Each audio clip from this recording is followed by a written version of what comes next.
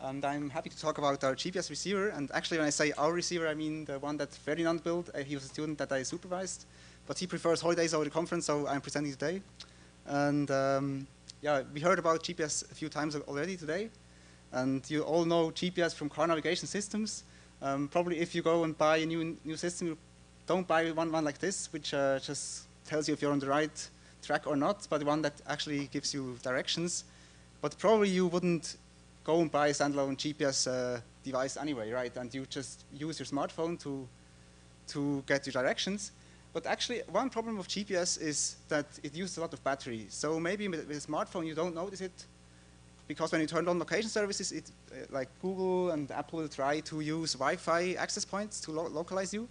But if you are like outdoors hiking, your battery will be drained in a few hours, and that's really a problem for some applications.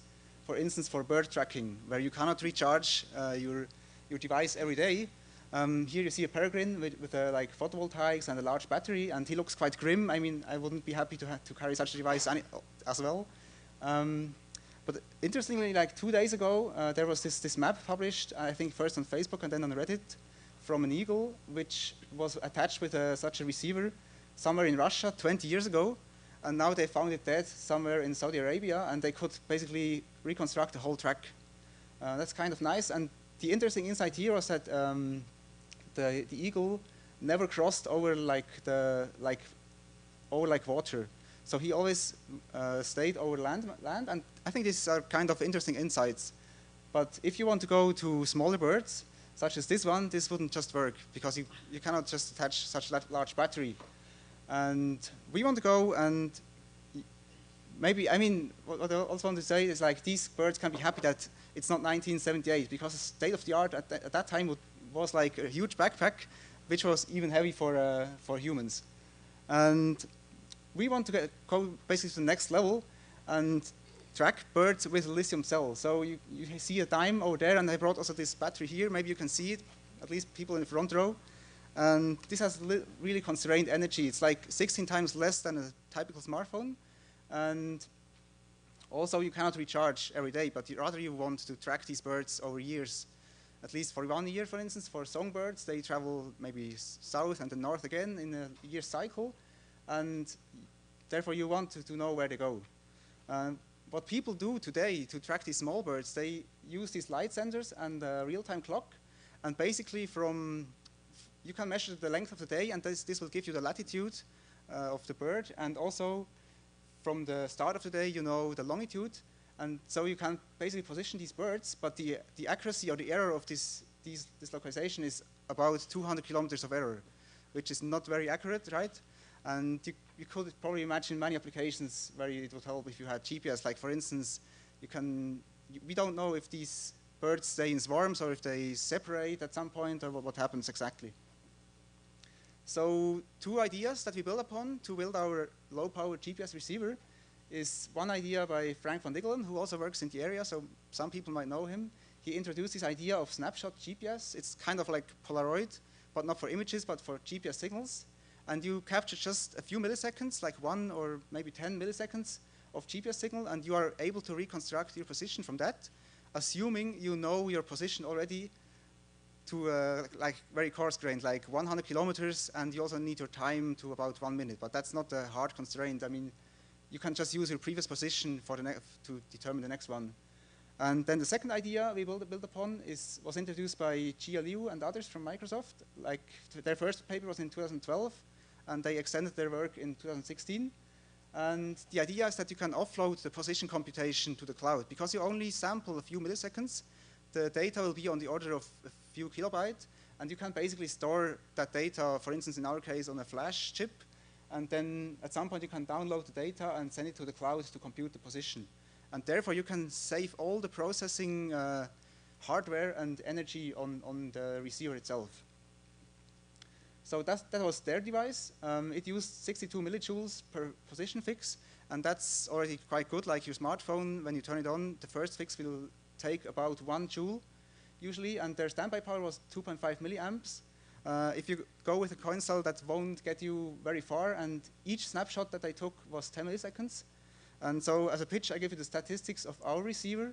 like we improved the energy per fix by about a factor of 100 to 0.74 millijoules.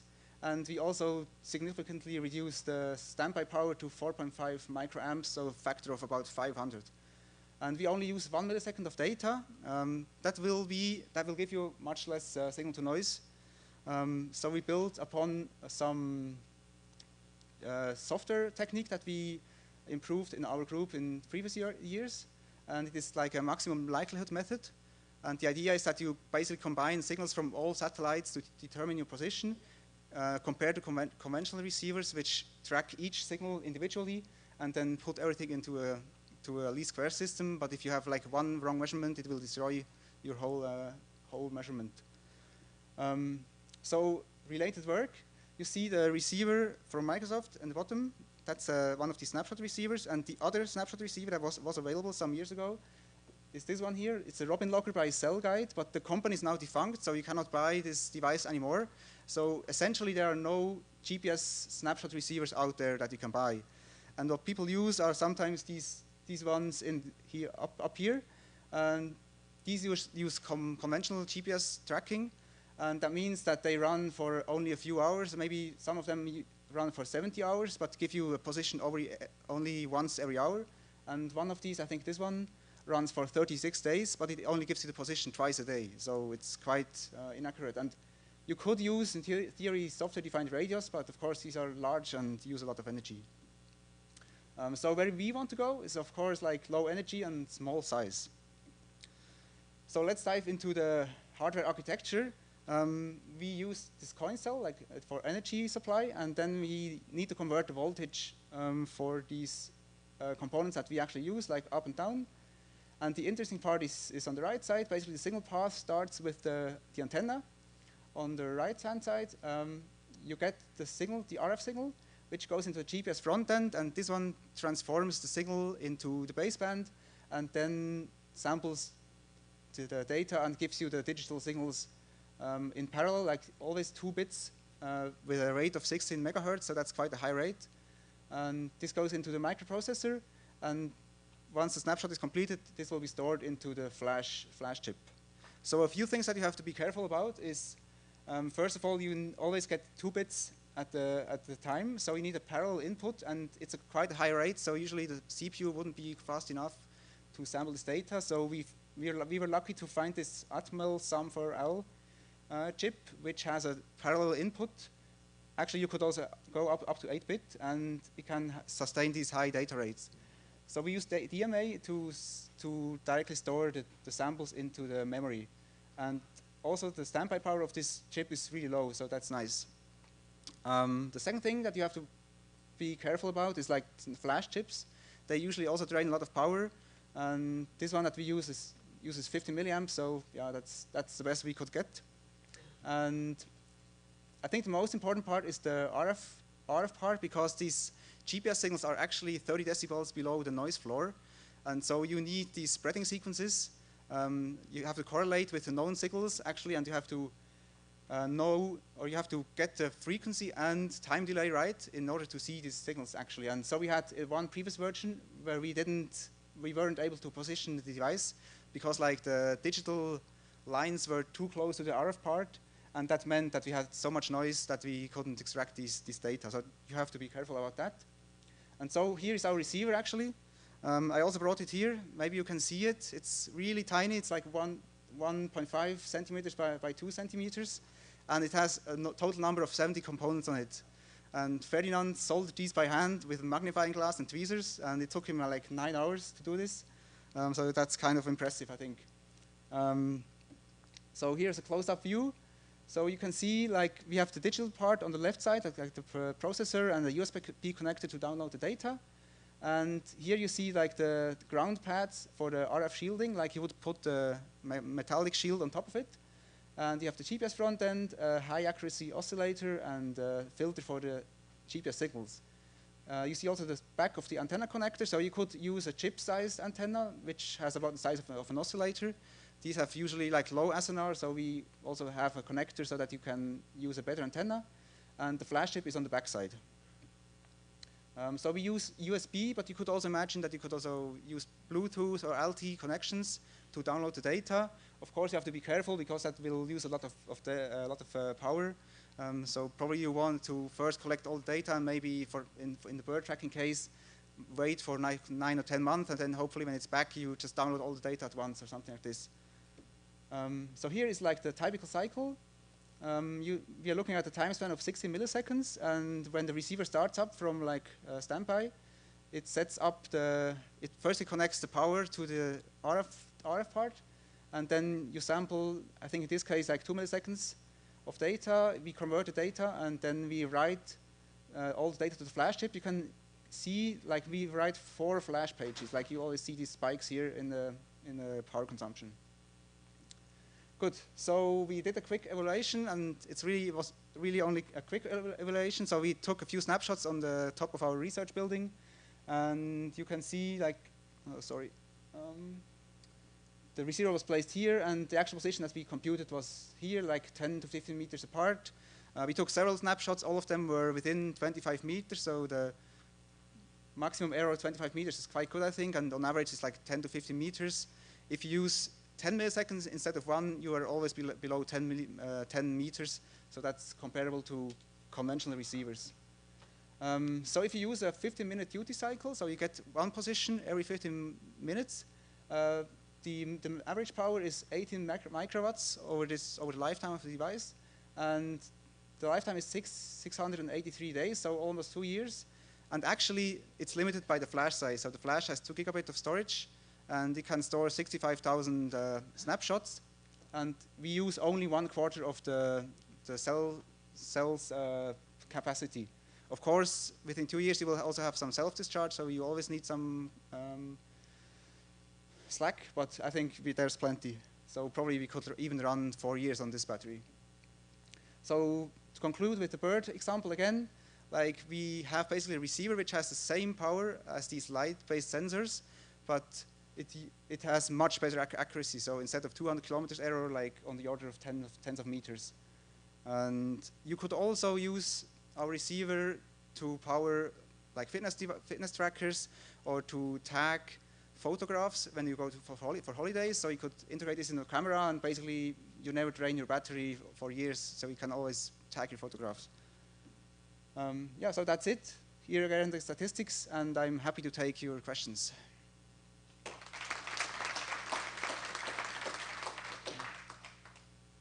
So this is Murtada Aldir. I'm from Rutgers University.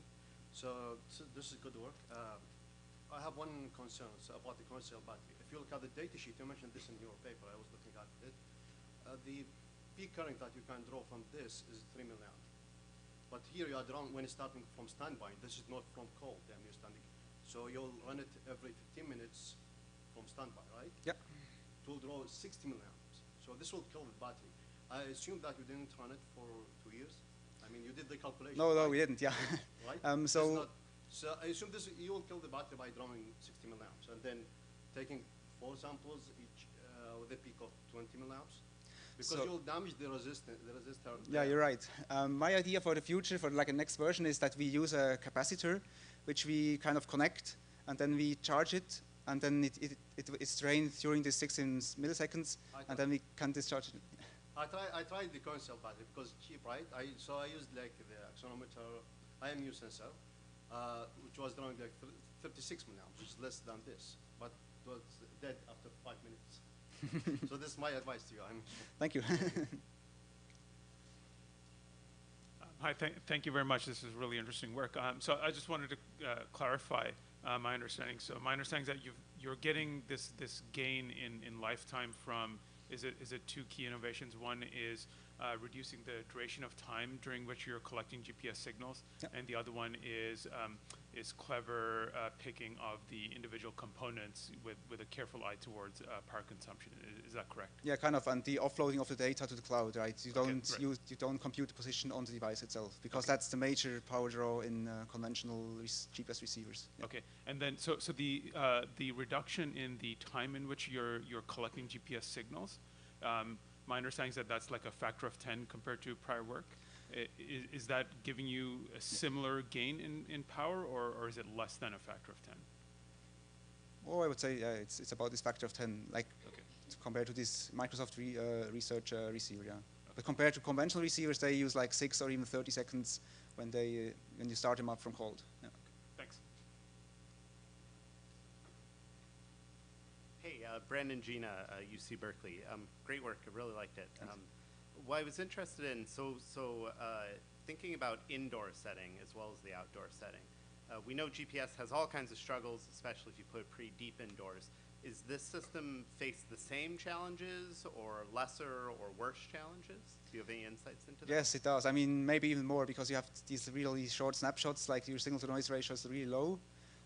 What helps is the software part, which I didn't talk about today, like this maximum likelihood method. So we show, I mean, our receiver with this 1 millisecond, we get comparable or even a little bit better accuracy than this Microsoft research receiver, which used 10 milliseconds. Mm-hmm. So there is some improvement from the software side. But generally, compared to conventional receivers, which use seconds of data, you generally have less signal to noise. So I mean, for outdoor applications, it's probably good. But when you have lots of multipath or indoors, it wouldn't probably work. Yeah. Makes sense. Thank you. Yeah. Hey, Pat Nudo, UC Berkeley. So you had a 100x reduction in power, and that's a nice step in the right direction. What's the limit? How low can we go? What's the goal, and how close are we to it? That's a good question. I mean, you could maybe go below 1 millisecond, but I mean, 1 millisecond is kind of the repetition rate of these GPS signals, so maybe half a millisecond. Yeah, I mean, but you lose a lot of this correlation power. So I mean, maybe flash chips, if they improve, like improved hardware, that might help. And of course, like since we only use like 1/4 of the battery, maybe you can use a smaller battery. But I'm not sure if you can. I mean, for sure this is a prototype, and we just soldered everything by hand. If you integrate it all in an ASIC, then you can still go a bit better. But yeah, I'm not sure if you can go much further with current technology. Good. I have a slightly different question for you.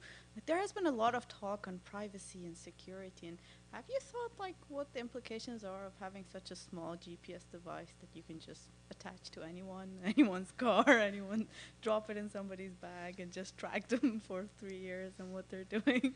Well, not that much, but I've read of conventional GPS receiver which are attached to cars to track people, so I think it has the same issues. But this is very small, so. One good thing about this particular receiver is that you cannot download the data wirelessly, so you always have to go physically and collect it. But in the future, I think we are also looking into like LTE, like narrowband LTE connections, which kind of to download the data. So yeah, that's probably a privacy issue. So we'll have to think about this. You're right. Are there any other questions? So let's thank the Thank speaker. you.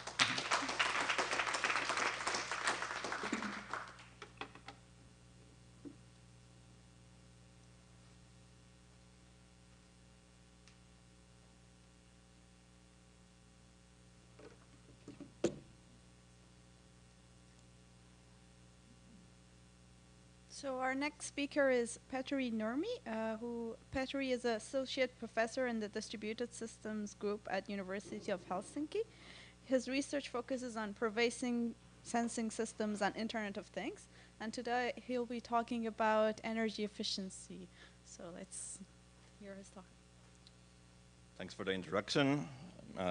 Really Petteri, and this is joint work with my colleague from Helsinki who prefers Jonathan Hamburg, Sinli Titti Malmivirta, Augustin Zuniga, and Emil Lagerspet.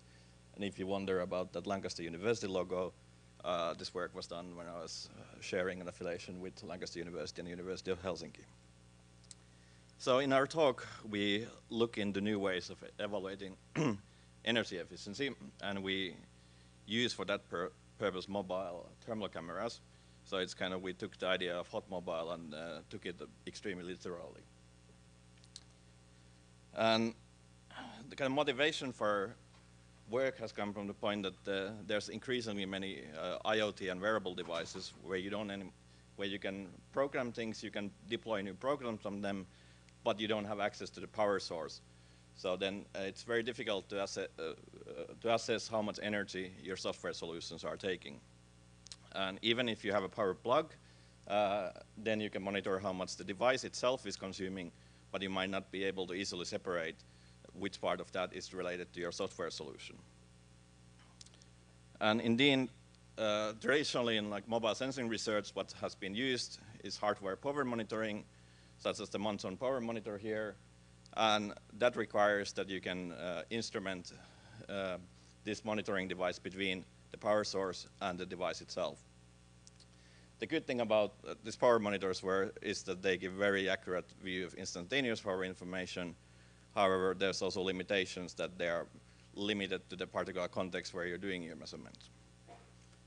The more kind of mobile solution has been to use power profiling, where you use either software sampling or hardware sampling to generate a mathematical model that relates how energy is consumed. However, these are also a bit problematic in the sense that they are very sensitive to how you sample the energy in the first place and what kind of testbed setup you were using to construct the model. So we were looking at other ways to do this, and we're taking advantage of thermal imaging, which is increasingly available these days. So there are off-the-shelf devices that incorporate thermal cameras. There are some smartphones that have this, especially the Caterpillar range of S60 and S61 phones.